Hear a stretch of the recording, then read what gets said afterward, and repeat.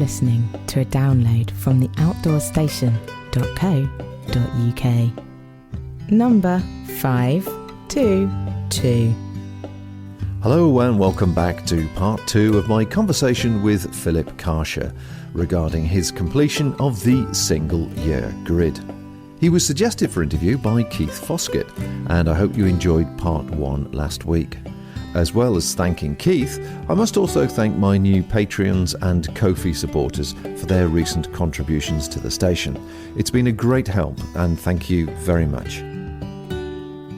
These recent 2 weeks, I've done 6 live streams and 2 podcasts, and I have to say I have been completely rammed every single day, not finishing till well late into the evening.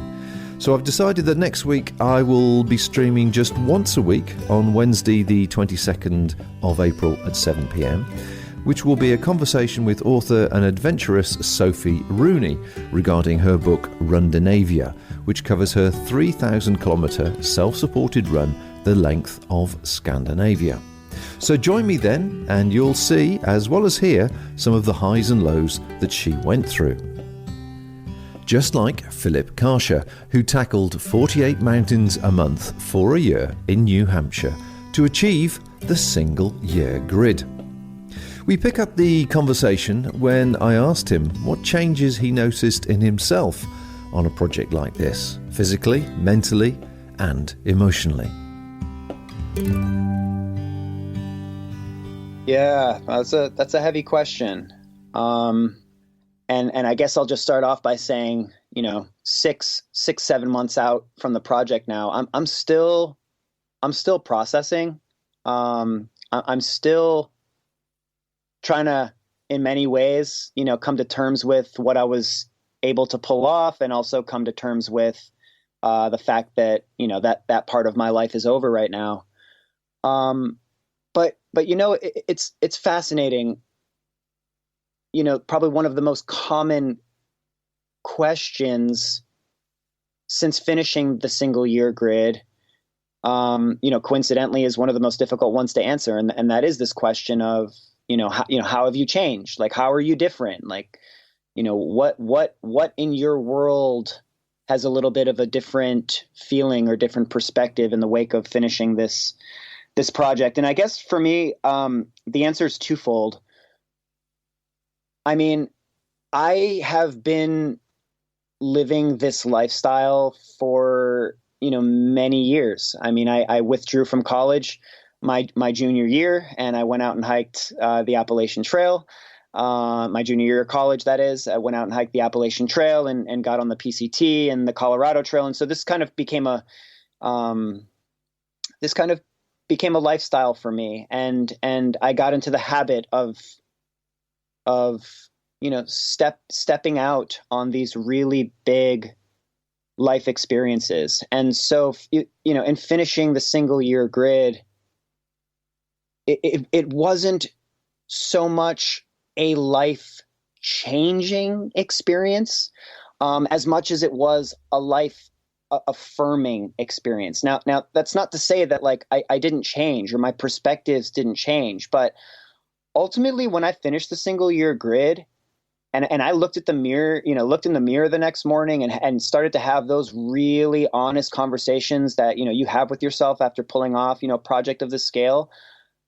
Time and time again, it was more this feeling of like the person I was looking at in the mirror was the person that I always knew was there. It was like, yes, like you are a New England peak bagger. Yes, you are a White Mountain peak bagger. Yes, you are capable of taking on the projects, the fringe edge projects that nobody else wants to take on in the White Mountains. You were all of those things that you thought you were for the 3 years leading up to the single-year grid. It was like a really incredible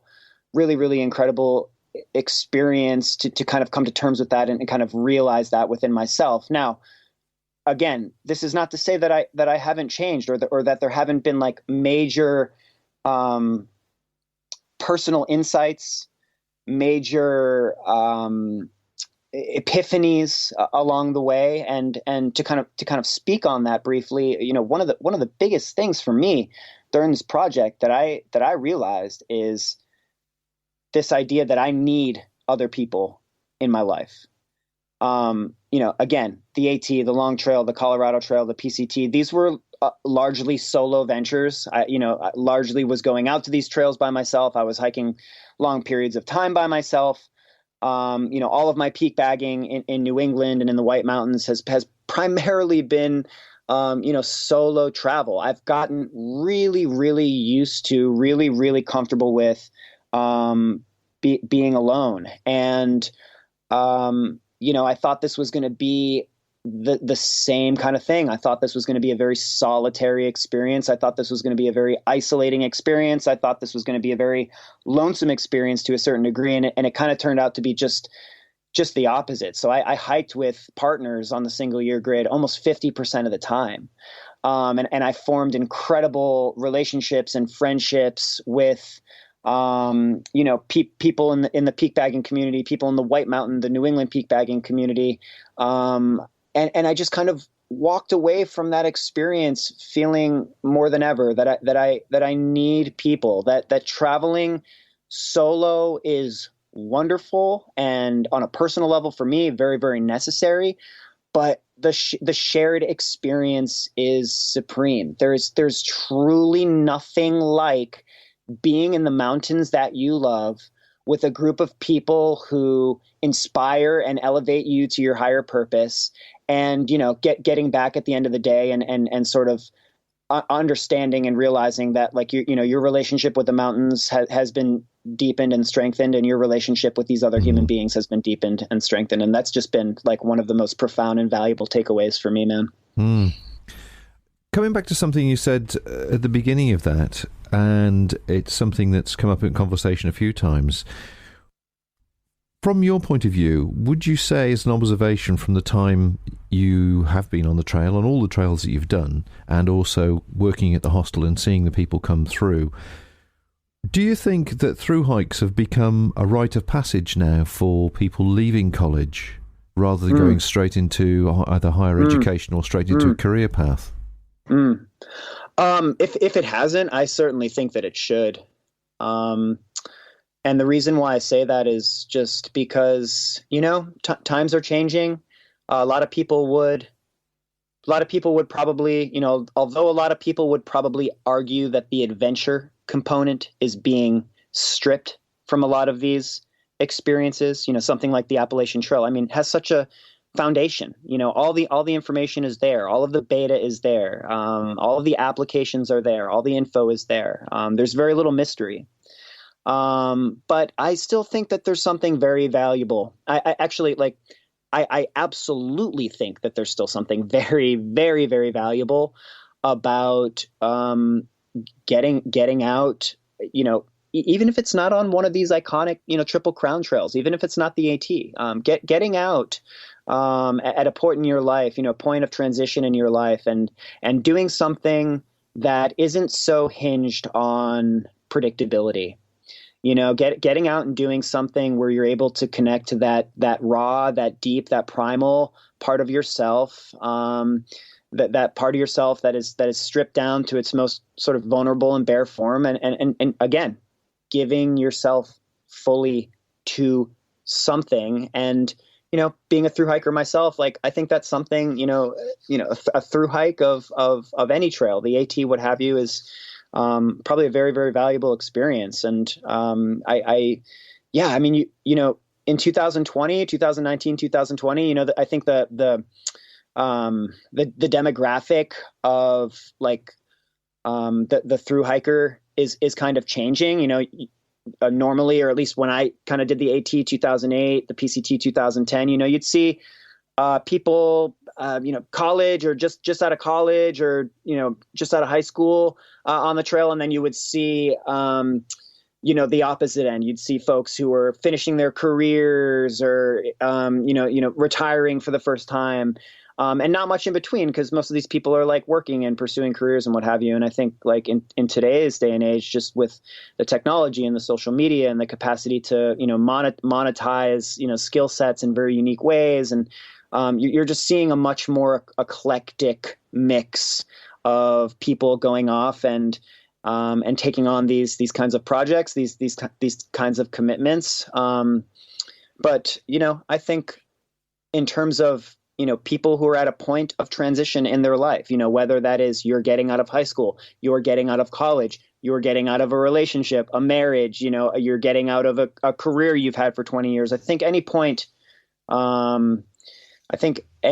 of transition in one's life is probably easily punctuated with a trip like 2,000 miles through the Appalachian Mountains, 2,500 miles through the Pacific Crest Trail. It seems like we want more of that, as people. Excellent. Well, thank you for that. I think so. Yeah, of course. What I'd like to do, I've had a lot of your time, but I would like to just continue on a few things, if I may. Sure, absolutely. There's the key things which I'm sure people are thinking about, listening to your full story there. And perhaps you can sort of give us a brief answer to each section. Now, there's the nutritional aspect. Obviously, you did the Duratissima with 8 days worth of food. I'd be interested to know if that was sort of pre-packed food or what you took for that. But generally, from what you said earlier on, it sounds like you were literally grabbing a few peaks or a cluster of peaks as the day allowed you to, based on sort of basic rations or pizzas or whatever. You weren't really looking at a specialised diet or keeping weight down by having freeze-dried food and taking stoves and all that sort of thing? No. And I'm pretty open about my diet, and that's a question that I get asked quite a bit. And as a preface, I'll just reiterate, I saved for 3 years for the single year grid. I saved for 3 years to try to put myself in a position to, live on that savings and hike full time, so that I could have a better chance of, completing this project. So I was on a budget for the entire single year grid, and that included a budget when it came to food.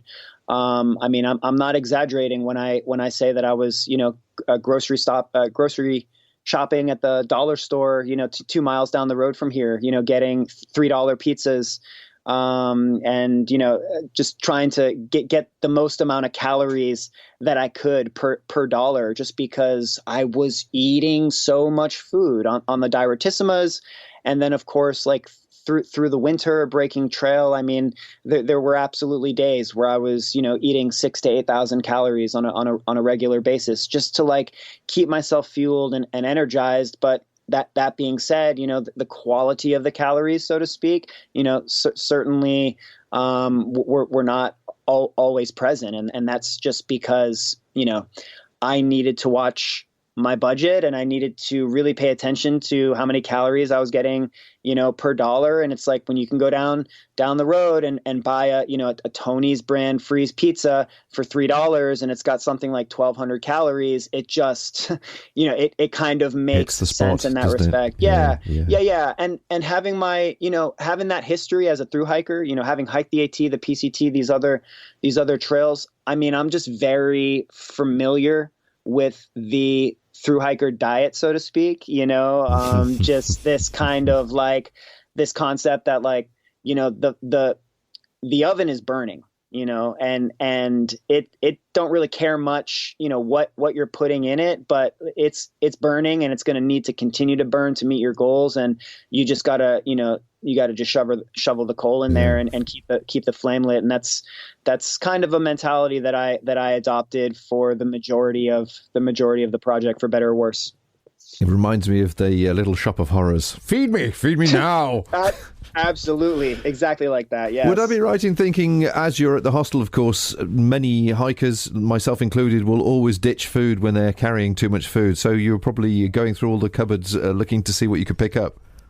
Oh, Bob, you're hitting the nail on the head, man. I was a scavenger, I really was. And, this was all at the encouragement of, the people who were staying there and my boss. Many times my boss would, get up to the, in the kitchen, we kind of just had a hiker box, and, there's a community fridge and stuff. And sometimes, she'd find something in there that was left behind and, put it aside for me specifically, just because, these people wanted to see me fueling myself. But yeah, man, I mean, you would be surprised the food that people leave behind in this place, and not even really the through hikers, so to speak, because they're pretty.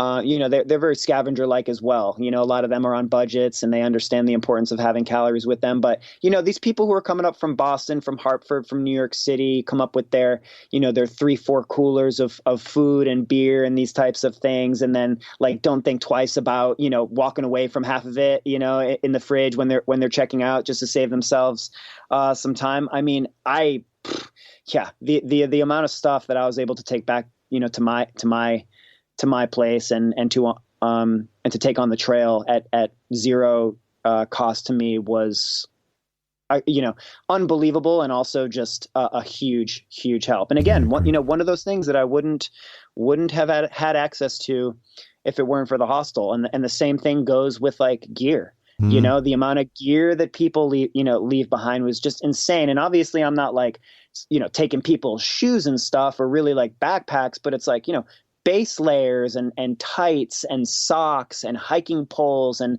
micro spikes. I mean, these things are left behind regularly at the hostel and put in our lost and found and never claimed. And I mean, it was just such a big help and also a relief, specifically toward the end, when I'm like getting toward the end of my funds. It's like, you need like, a couple extra socks or like, just something that's going to take just a little bit more money out of your funds to be able to grab that at the hostel or see that there's something there that you can kind of be resourceful with and make work. I mean, it was just a huge relief, man. It was so awesome. Oh, good to hear. Good to hear it's all gone to a good use, though. So that actually brings us on nicely to gear, which was going to be the next question anyway. Could you just briefly, I obviously don't want to go into a massive amount of detail, but briefly give us an idea of your, shall we say, fair weather gear, and then what you'd add to that for your snow and winter work? Yeah, so this is probably going to surprise a lot of people. And again, I have to go back to this idea that, I was an unsponsored athlete and working on a very, very tight budget. I used the same 30-liter backpack for every mile of the single year grid. This includes the 8-day unsupported, traverse of the Diartissima on the front end. And then also the supported traverse on the back end. This included all of the winter months, all of the spring months. I was using the same Ultimate Direction 30-liter fast pack. So that might surprise people, but of course that also speaks to the versatility of the pack, right? And also my flexibility in terms of trying to get the most out of these pieces of gear. I was in running shoes the entire year. Again, that's probably going to surprise a lot of people. I was in, for those who are familiar with the brand Ultra Running, I was in a pair of Lone Peak mids for the entire single year grid. During the summer months, I was using the mesh versions. In the winter and spring months, I was using the RSM models, which is an acronym for rain, snow, mud. How many pairs did you get through as a matter of interest in the period? Oh, probably five or so. Okay. The winter does a really good job, especially when you're, going out with micro spikes on your feet. The winter does a really good job of preserving the shoes. It isn't until you're in that rocky, rooty, 3-season terrain that they really start to get chewed up, as most shoes do in the White Mountains. But went through five pairs of shoes, but was in like I said, a pair of running shoes for the entire year, and running shoes with no insulation at that. And that's just that just has to do with being out there for so long and really understanding and coming to terms with what I'm comfortable with in terms of temperature and how my feet will kind of react in different temperatures and different conditions. But I thought that was, kind of the best way to go, because again, I was, doing a lot of jogging when I could, and there were days where I absolutely had to get through these peaks very, very quickly. So there was jogging, and the whole aesthetic was kind of on the lighter end. In terms of just, clothing on my body, again, totally unsponsored athlete at that point. I was getting a lot of just one-off stuff from the hostel. There was a little thrift store in town, but in the summer or 3 season, I mean, like even at 4,000 feet, I mean, the conditions can be actually really nice, assuming that there's no storms coming through or that the weather is pretty fair. So, I mean, there were absolutely days where it's like I had my backpack on and running shoes and shorts and no shirt, and that was pretty much it. I mean, some water and some food. But, going out for a relatively easier, moderate 10-mile loop with 2 peaks. And it's like, at the peak of my fitness, it's like you cruise through that in like, 2.5 hours. You're just not going to bring a full kit. And then kind of transitioning into winter, obviously things change quite a bit, just in terms of the layers that you have on and what you need to stay safe out there. Because, Mount Washington, like I kind of said previously, is happy. Mount Washington, the presidential range, and really the White Mountains at large are happy to kill you or at the very least really rearrange your day in the worst way possible during any month of the year. But in the winter, I mean, it is not uncommon, to be out in negative double-digit temperatures. I mean, with the wind speed, I mean, I was absolutely in temperatures as low as -30, -35, -40 degrees in the winter of 2018, 2019. And when you're going out in those kinds of conditions, yeah, I mean, you need to have your layering system in place. And usually I was going out with just, not waterproof pants, but some kind of water resistant, thicker style winter pants. I was hiking in a pair of Prana pants quite a bit with just a really kind of thin, tight layer of tights underneath the pants. My legs and my feet generally don't get cold in the winter as long as I'm moving. But of course on my upper body, I mean, it was anywhere from 3 to maybe 4 layers, depending on what the temperature was, what the wind speed was. Are you above tree line? Are you in the alpine, or are you kind of like tucked into a safe zone in the forest? All of these were variables. And obviously, when you're talking about -20, -30, -40, you're gonna need most of your skin, completely covered. So we're talking face mask. We're talking very, very warm gloves. I had a super warm pair of OR down gloves that were just incredible for those kinds of conditions. Goggles, ski goggles, so that your eyes literally don't freeze. I mean, these are incredible, incredible conditions that I really didn't have any choice but to go out into. And over time you start to develop a system, and usually that system is, your layers, and also, your own body heat that you're generating. Right. So like, I think that's something a lot of people don't take into consideration, is that like your capacity to generate your own body heat is actually a layer unto itself. And if you can be patient, if you can control that, all of your other layers work so much better. And so I always kept that in mind, that, obviously something could happen. Obviously, in a worst case scenario, you lose your mobility out there and you can't create any body heat, and that's problematic. But, I was taking all of these things into consideration. And this is like based on many, many, many, many miles in the White Mountains, both training for the grid and prior to that. And, yeah, man, my style is, I wouldn't necessarily, recommend my style to most people, this lighter aesthetic, especially in the White Mountains, especially in the middle of winter. It's not uncommon to pass people in the middle of winter. In fact, I would actually say it's probably more common to pass people in winter that have a full overnight backpacking kit.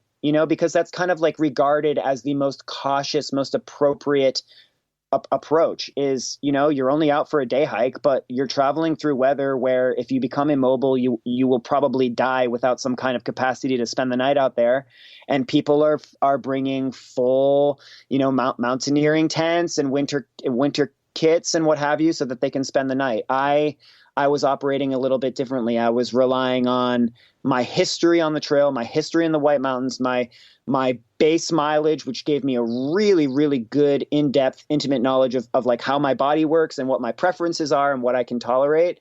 And I was also just kind of operating on this on this idea that like, yeah, I'm out here hiking, but I'm taking on this massive project. I'm not just going out once a week where it's like I can take as long as I want and then have many, many days off. It was like I had to be out every day. I had to be as methodical as I could be in terms of, getting places when I needed to be there. And I had to be back at the hostel, to meet those responsibilities. And yeah. I mean, it's balancing efficiency with practicality, isn't it? And I'm sure it led to many a conversation at the hostel or on the mountain where people looked at you and said you shouldn't be up here with just that. But understanding, once they understood your project, I'm sure their viewpoint might have changed slightly. But with that in mind, what was your safety backup just in case? So if you did have a fall or you did break a leg or you needed some sort of rescue, shall we say, were you relying on a mobile phone system, or do you have a spot system, or what was your backup plan as a just in case? Yeah, sure. I mean, obviously the mobile phone is with me and the battery pack is with me at all times. And those are two devices that I try to preserve in terms of battery life. And obviously there are plenty of places out there where you are just not going to get a cell phone signal. And that is going to be a paperweight. But it was always important for me to have the phone charged and have that accessible and able to use if something did go wrong and I had cell phone service.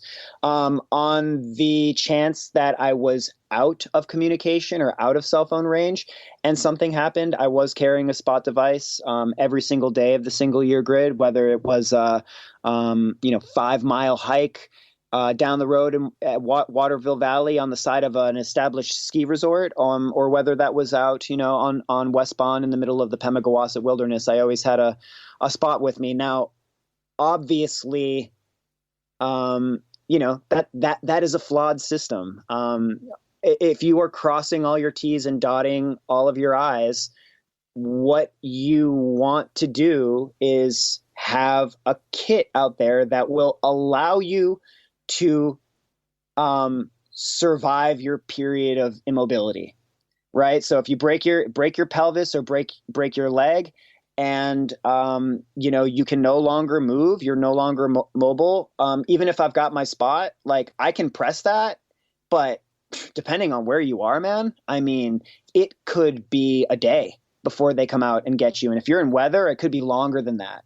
And so that's not just like I never fooled myself or tricked myself or convinced myself that was just like a be all end all safety net. I knew that if I were to become immobile out there and I didn't have cell phone service and I needed a rescue, that my only hope was that I could press the 911 on my spot and stay warm enough with my layers and whatever I could do to generate enough body heat.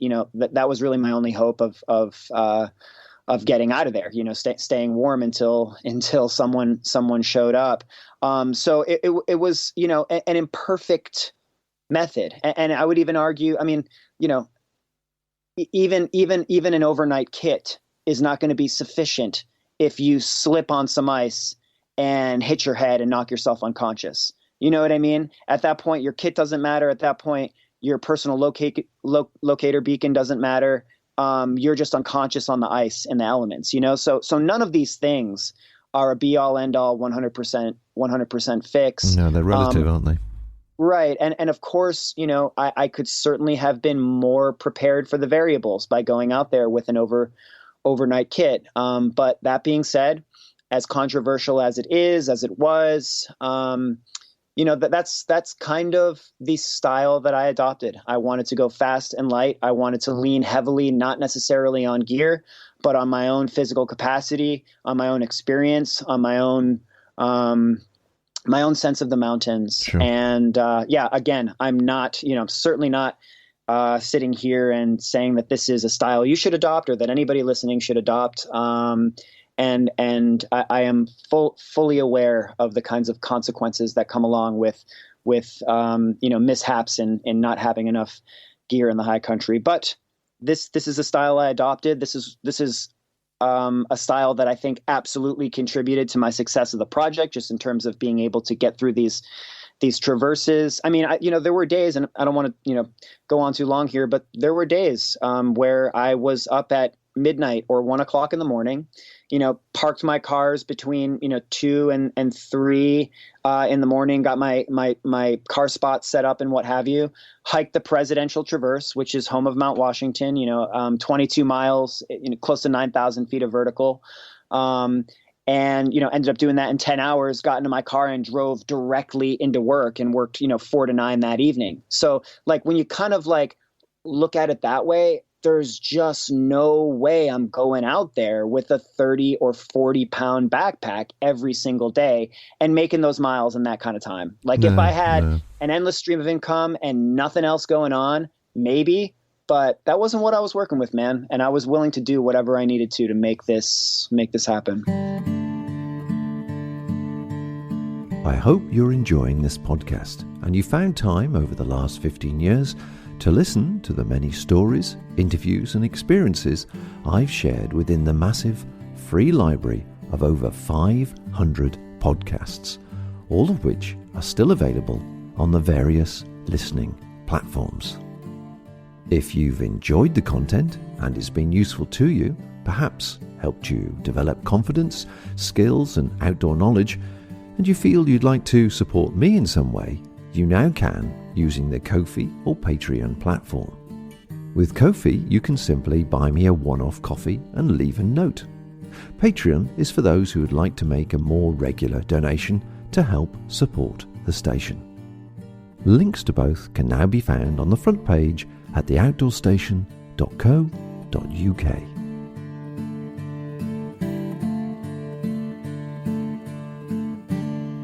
Well, it's all part and parcel of the lightweight philosophy, isn't it? As you go through the education experience of time and realizing what you can and can't manage with, and making a decision based on experience. Which takes me on to another thing as well. I saw on the video you were using walking poles. I take it that was a vital piece of equipment throughout the whole period. Yeah, during the first diartissima, the first round, I did not have poles. I generally, before this project, am not or was not a hiker who traveled with poles much.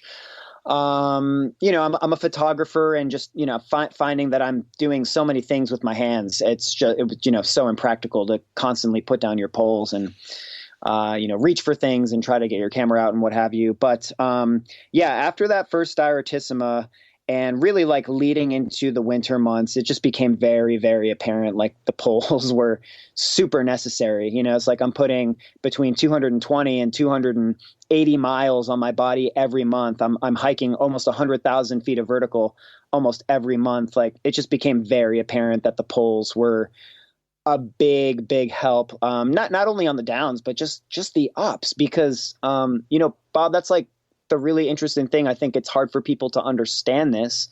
We're talking about a project longer than the length of the Appalachian Trail, right? So I hiked about 2,800 miles. The AT is 2,200 miles, and I'm climbing all day long. I mean, every single mile, for the most part, you're either hiking up or you're hiking down. I did a quick calculation on some of the facts and figures on this project, yes. And you hiked a total height of 35 times the height of Everest. Right. Yes. So Absolutely. Who wouldn't use poles? Yeah. Oh, exactly. And I again, just in the spirit of being flexible, it just, when it became apparent that that these were going to aid in the climbing, when it became apparent that I was going to basically be hiking up or hiking down for 2,800 miles, it was a no-brainer, man. And then I still use them today. I actually, it kind of reinitiated my use of the trekking poles. I'm actually out most days with the poles now after the single year grid. Just a quick aside then, do you find the people you meet at the hostel, their attitude to poles is, sometimes we find it in the UK, that it's only for old people, as opposed to try them and then come back and tell me that? That's really interesting. I think we might have a little bit of a more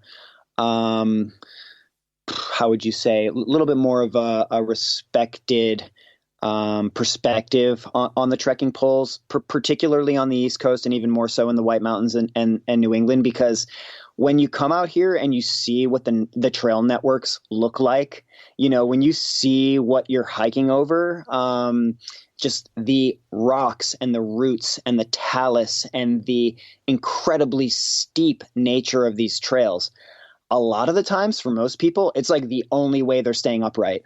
You know what I mean? Like it's like you take the poles away and it's just, it almost becomes like a dance, and if you're not a good dancer, it doesn't generally end well. So believe it or not, with the thru hikers coming through and the day hikers that, come up and tackle some of these peaks and what have you, I'd say 8 out of 10 people maybe are using trekking poles, even in the winter, just because, there's no more rocks, there's no more roots, but the steeps get even steeper with the snowpack, and it's just relentless, man. It's the poles are kind of part of the culture up here, I think. Yeah. You're preaching to the converted. I've been a fan of poles for many years. Are you? Yeah. So then you know. Absolutely. Now, finally, the mapping is the other question. I've seen on the White Mountain website they always say take a map, etc. Did you rely? I mean, I presume obviously with the number of times you were going up and down these trails, they became very, very familiar to you. But did you rely on phone based or GPS based mapping, or did you take a practical map as well? So always had an actual waterproof map, physical waterproof map with me, usually tucked in the bottom of my backpack because, to your point, I just got so familiar with the trail networks in the White Mountains that there was no need to reference a map. I always kind of knew what the plan was and knew where I was going. That being said, in the winter months, the navigation system on my phone became very, very useful. And the reason for this was because, as I've mentioned a few times in this podcast, we had our snowstorms measured in feet. I mean, we had so much snow in the White Mountains last year, Bob. I mean, it's kind of hard to articulate. I mean, we had 7, 8, 9 feet of snowpack on the trails. And so you can kind of like imagine what happens there. You're no longer on the trail. You're actually like up in a canopy of trees, and there's no blazes. Most of the signs are buried. And when you're breaking trail, because you are so sort of high up off of the actual cut trail itself, you might as well be out in the middle of the woods. You can be on the trail itself, looking right in front of you, knowing that the trail, moves right in front of you, and still be like, I have no idea where I am right now. And so in those instances, even the paper map wasn't super useful because you pull it out and you can go through, figuring out exactly where you are on the map and what have you. But, what I needed was, an application with the White Mountain National Forest on it. Guthook, who is a huge name in the thru hiking community. Guthook has an application for the White Mountain National Forest, has all the trails in the White Mountain National Forest. What I needed was a way to reference where I was and where the trail was and how to get back, to the trail, because you just spend so much time out there lost and wandering around. There were so many days where it's like there was so much snow.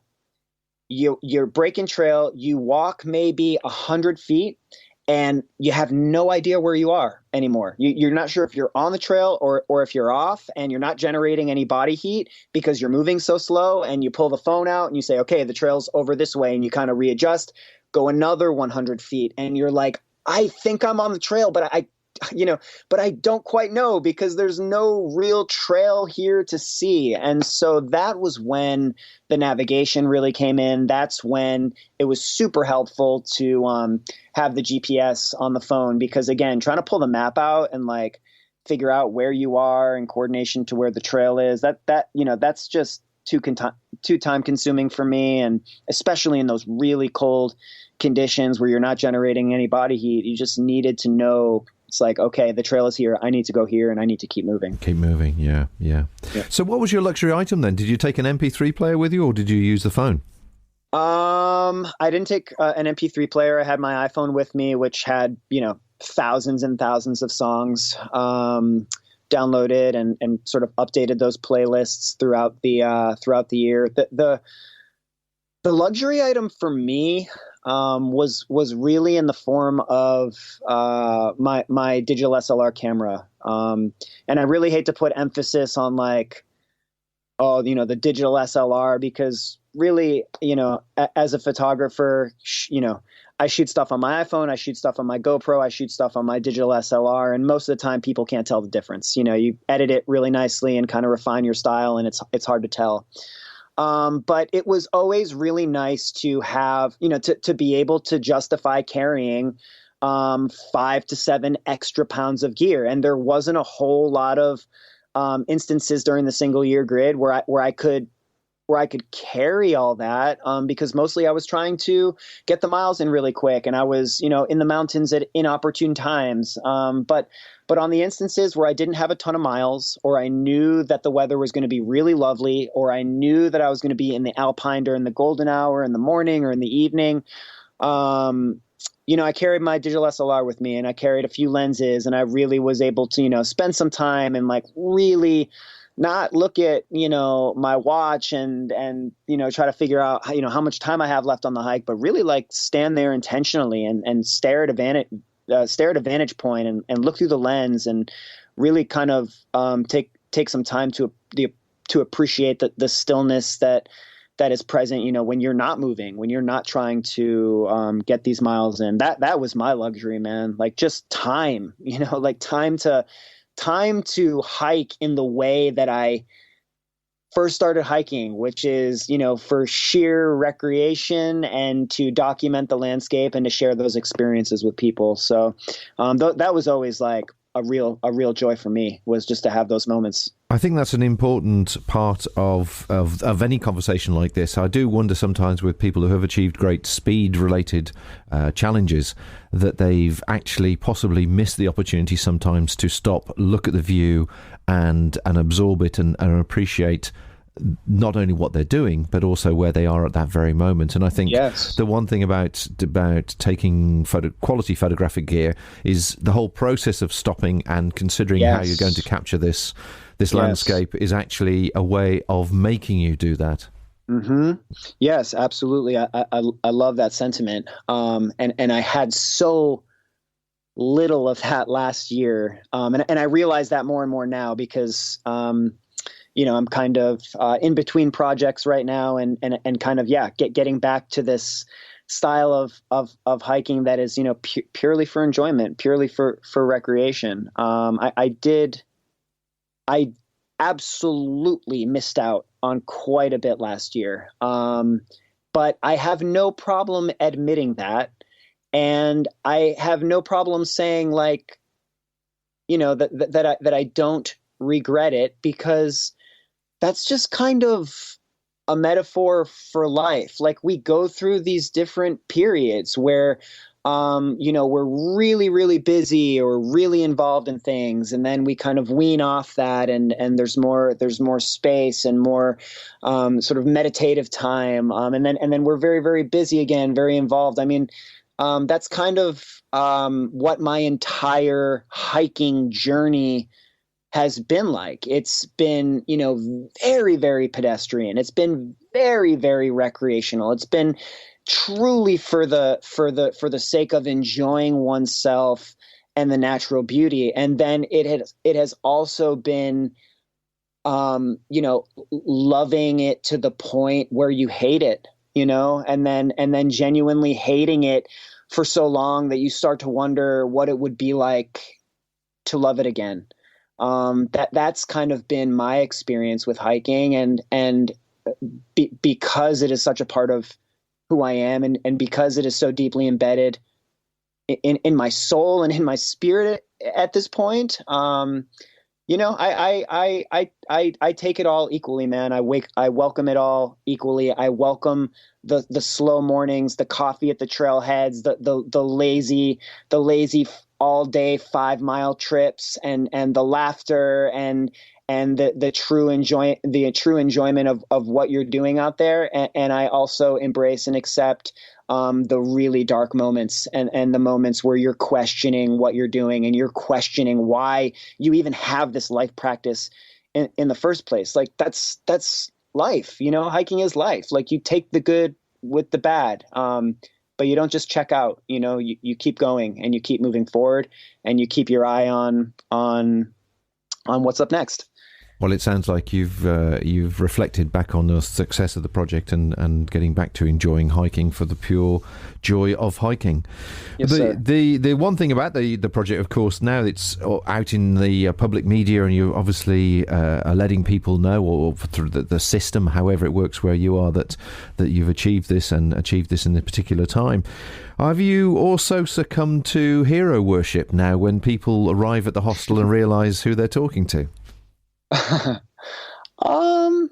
Looking at it from a very humble outside perspective, there's absolutely people who are doing what I did with Sue Johnston and the calendar grid. And that is kind of like, putting those things up on this pedestal, putting those things up onto this impossible pedestal.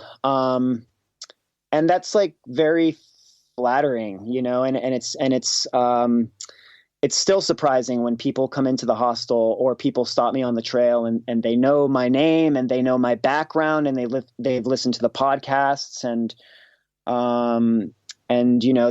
they've kind of done their research and want to talk to you. And, that's very surprising, but at the same rate, like for me, the kind of person that I am, I try to tune out, both the good and the bad to a certain degree. I don't want to get too fixated on either. It's incredible and humbling, to have people know what I'm doing and know about, the journey that I'm on out here. And it's, equally as humbling, to hear the static and to hear the criticisms and what have you, because, for every person that's putting you up on a pedestal, there's also another person, whether you know it or not, who's trying to, in some way, shape or form, just discredit what you've done a little bit or make what you've done a little bit more human.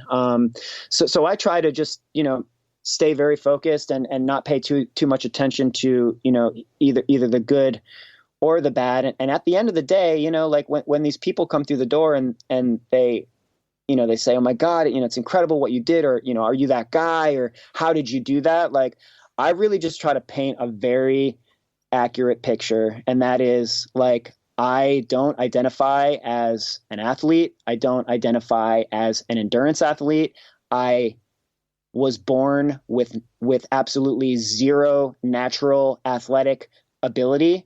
I'm a scrappy, no-name kid from Worcester, Massachusetts, who fell in love with the White Mountains, who's gone through, like everybody on this planet, some really, really dark moments in their lives. And I've kind of come out of that, identified what's important to me, and I was willing to, for an entire year, and really like between the training and the saving, an entire 3 years, I was willing to just completely eat shit, to try to achieve my dream, to try to reach this goal that I put up on an unattainable pedestal. And just try to paint this picture that, like, I'm not above anybody else. Maybe I'm a little bit different. Maybe I'm a little bit more of an outlier, but I'm not above anybody else. I'm not more capable than anybody else. I identified something that I wanted, and I took the appropriate measures to make that happen. And that's something that everybody can do. It's just like, you got to find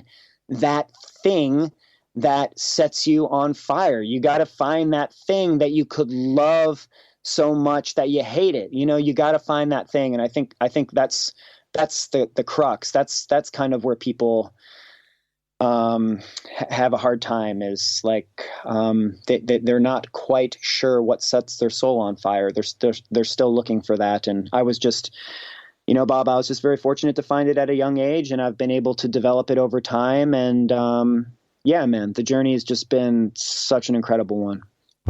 Well, thank you, Philip, for sharing your journey, sharing your story, and of course your passion for the White Mountains and long distance hiking in general. We've had a couple of hours now conversation, which is going to be absolutely superb to listen back to. Awesome. However, of course, I do have my final question, and if you've listened to my previous podcast, you might have heard what it is.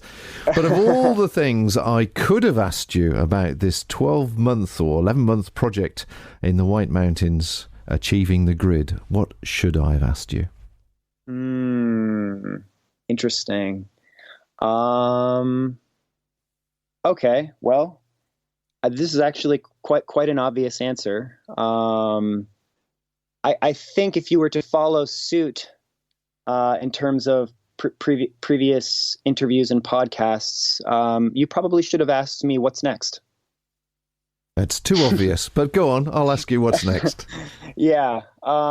That's certainly not to say that I'm going to, give the gory details or spill the beans entirely. But the reason why I think it's important is because I think a lot of people would finish something like the single year grid, finish a project like this, a year-long project, and just be beating their chest and immediately take on this psychology of what's next, what's bigger, what's better. And even people that like at the presentations I give, what have you, people always ask me like, how are you going to top this? What are you going to do next? And it's like, I don't even allow myself to navigate that train of thought. I don't want to go out and just look for what is bigger, what is better. Are there bigger undone projects in the peak bagging community in the Northeast, in the White Mountains? Absolutely. That's without a doubt. But I want my choices to be very intentional. I want my choices to be very, very clear and very sharp. And so for me right now, I've got a project coming up starting in the summer of 2020, June 2020. Not gonna give any big details here, just because I'm a big talk is cheap kind of guy. But for me, what's important right now is to take on projects that, although may not be as long as the single year grid in terms of duration and in terms of miles hiked. But I'm interested in taking on projects that perhaps are equally, if not more, aggressive in terms of the schedule of hiking that one needs to maintain to actually complete the project. And so, this summer I'm looking to go out and take on a multi-week, multi-month project in the White Mountains of New Hampshire. The goal, the overarching goal ever since I started the single year grid is to hold the fastest known times on the two longest, most iconic list-based projects in the White Mountains. And so the grid is obviously, an obvious first choice, and, very lucky to have that on my resume now. This summer is kind of a chapter 2. It's kind of the second part of this narrative, and would like to go after, again, another very iconic fastest known time, multi-month fastest known time in the White Mountains of New Hampshire. And I'll basically be living out of the back of my car and living on the trail for a period of about 100 days. And I'll have to be averaging between 15 and 20 miles a day. So for all intents and purposes, like I said, a project that is much shorter than the single year grid, 100 days versus 10 and a half months. But when you look at what I'm going to have to do in that time, the schedule is much more aggressive, and the strategic nature is much more complex. And yeah, man, I'm really, really looking forward to getting back out there. Excellent. Well, all I can ask, obviously, is as and when you do this next project, may we speak to you again? Bob, I'm going to hold you to that, man. I'm gonna bring up this moment. 216 on the East Coast in the U.S. You gave me the official invitation to come back on the show after I finish. So I'm gonna hold you that, man. It would be an honor. Be my pleasure. Be my pleasure. Awesome. Let's do it. So you heard it there. Philip has an open invitation to return and share his next adventure. Of course, more photographs and information and links can all be found over on the show notes at theoutdoorstation.co.uk. I hope you enjoyed this two-part series. His love for the mountains is infectious, and his enthusiasm for the outdoors, I'm sure, is shared by many listeners. So folks, take care of yourself out there. Look after your loved ones and look after the people precious to you. Please do come and join us on the live stream, which you'll find on the Outdoors Station Live Facebook page and on YouTube, and join in with the chats and conversation. So until then, take care and bye for now. Thank you for listening to this podcast. To hear or see more from our extensive free library, please visit theoutdoorstation.co.uk.